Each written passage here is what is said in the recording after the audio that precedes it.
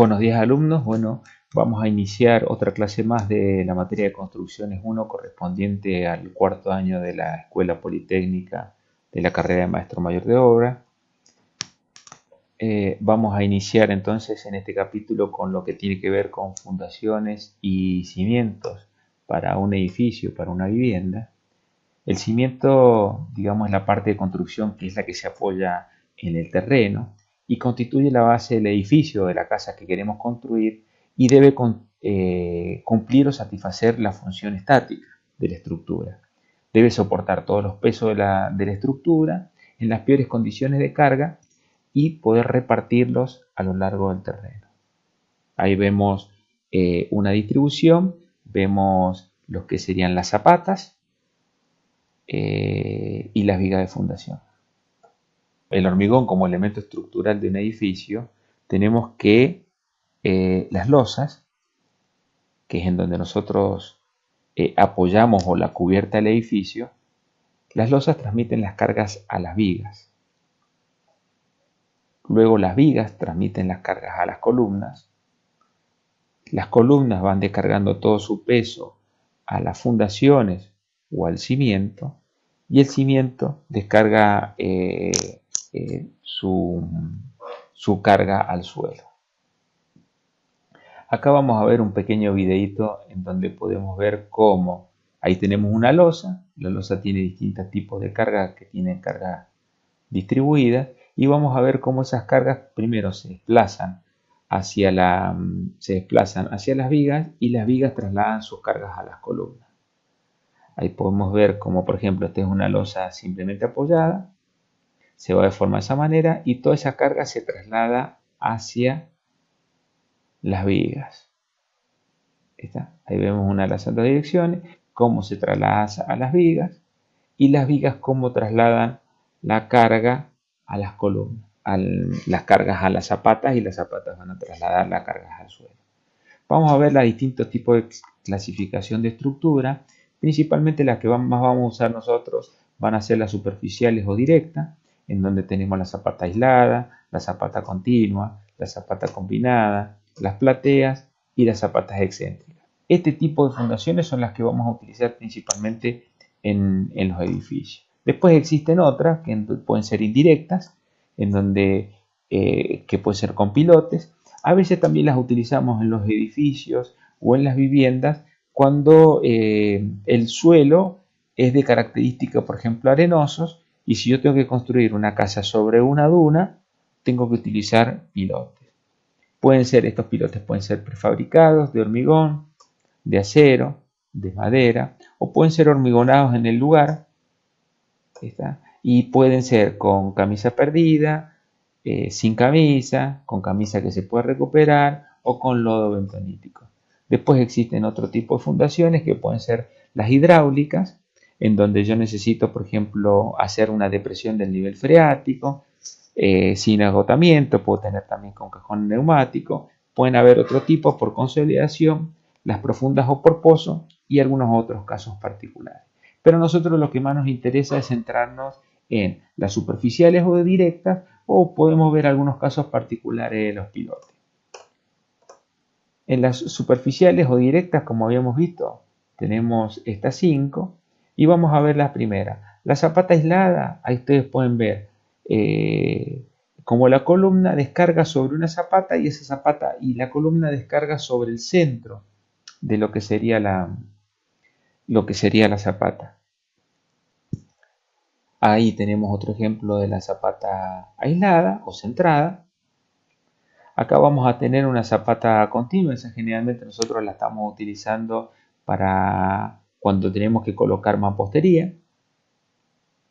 Y después tenemos algún ejemplo de zapata combinada, que es cuando dos columnas están muy cerquitas y yo armo toda la fundación en forma conjunta. Después tenemos la platea, cuando yo tengo suelos de muy mala calidad, como puede ser en el caso acá cerca de nuestra zona, en lo que sería Trelew, los lugares que están muy pegados al río Chubut, los suelos son de mala calidad y necesitan hacer fundaciones con platea. Es toda una superficie de hormigón y de esa superficie salen las distintas columnas de la estructura de la vivienda o del edificio.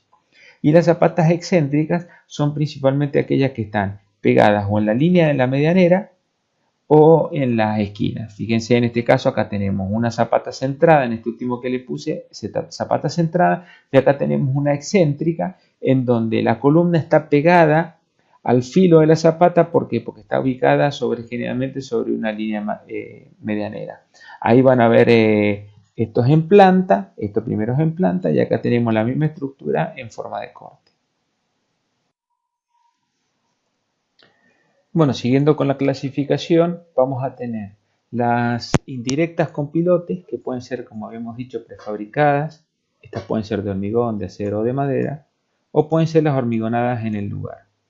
Acá vamos a tener un ejemplo de pilotes. Ustedes van a ver acá la parte grande es lo que es el cabezal del pilote.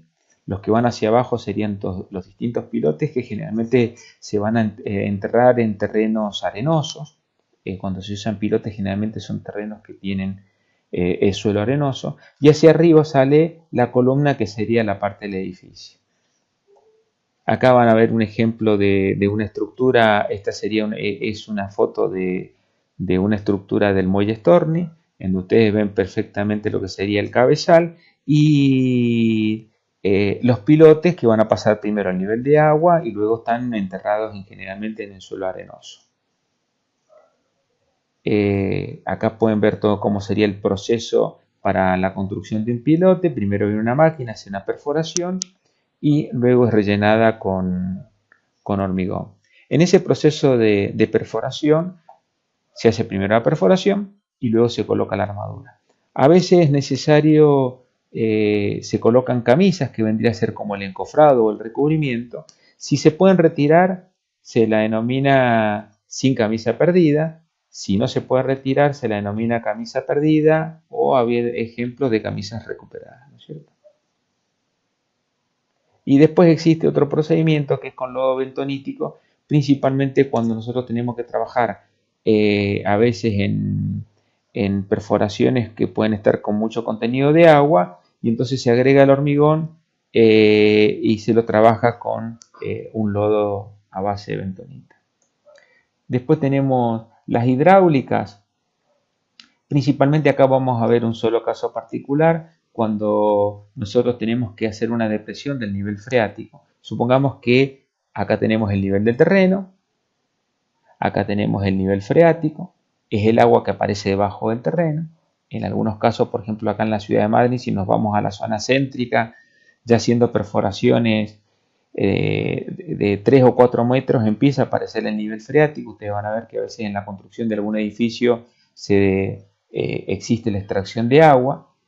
Y entonces, si yo tengo que hacer esta fundación de esta zapata debajo del nivel freático, ¿qué es lo que hago? Coloco bombas que rodean a la zapata y las empiezo a hacer funcionar. Estas bombas, al hacerlas funcionar, van a bajar el nivel freático. Acá van a ver ustedes cómo yo traté de hacer el dibujo de cómo disminuye el nivel freático. Luego realiza la excavación y a mí me permite fundar en donde acá no me va a aparecer agua. Acá ustedes pueden tener un ejemplo. Esto es un ejemplo que están tratando de realizar una fundación. Entonces, ¿qué es lo que va a pasar? Todo lo que sería este terreno, yo lo puedo rodear con distintas perforaciones, con bombas, y puedo retirar el agua de este sector. Después tenemos las clasificaciones, las últimas, algunos ejemplos particulares que pueden ser profundas o por fundación. Cuando tenemos que consolidar, a veces acá un ejemplo de un terreno que por algún efecto de lluvia o algún drenaje empiezan a perder resistencia al suelo, a veces es necesario inyectarle, consolidar ese suelo y para eso se hacen distintas perforaciones y se inyecta cemento. También lo podemos ver ese tipo de consolidación cuando armamos estructuras, por ejemplo, como un túnel. Ustedes van a ver acá, todas esas barras indicarían las distintas inyecciones de cemento para poder consolidar y seguir realizando la excavación. También a veces en la construcción de una presa para poder fundar la estructura esta de hormigón sobre la roca y principalmente en el fondo para impedir, por ejemplo, la impermeabilización y el traspaso del agua por la diferencia de presión que hay aguas arriba con respecto a lo que hay aguas abajo de la presa. Y ahí tienen, por ejemplo, cortinas de inyección y tenemos algunos otros ejemplos que se usan, pero en estructura más importante. Bueno, espero que les haya gustado. Muchísimas gracias y nos veremos en la próxima clase.